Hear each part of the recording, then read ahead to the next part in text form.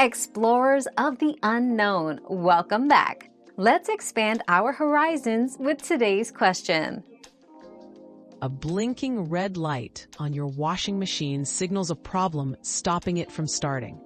Check if the door is fully closed, the drain pump is clear, and the clothes are evenly balanced. Fixing these often solves the issue. If it still won't start, consult your manual or a technician to prevent damage. We've quenched today's curiosity, but there's always more to learn. Keep the curiosity alive by subscribing and joining us for our next adventure.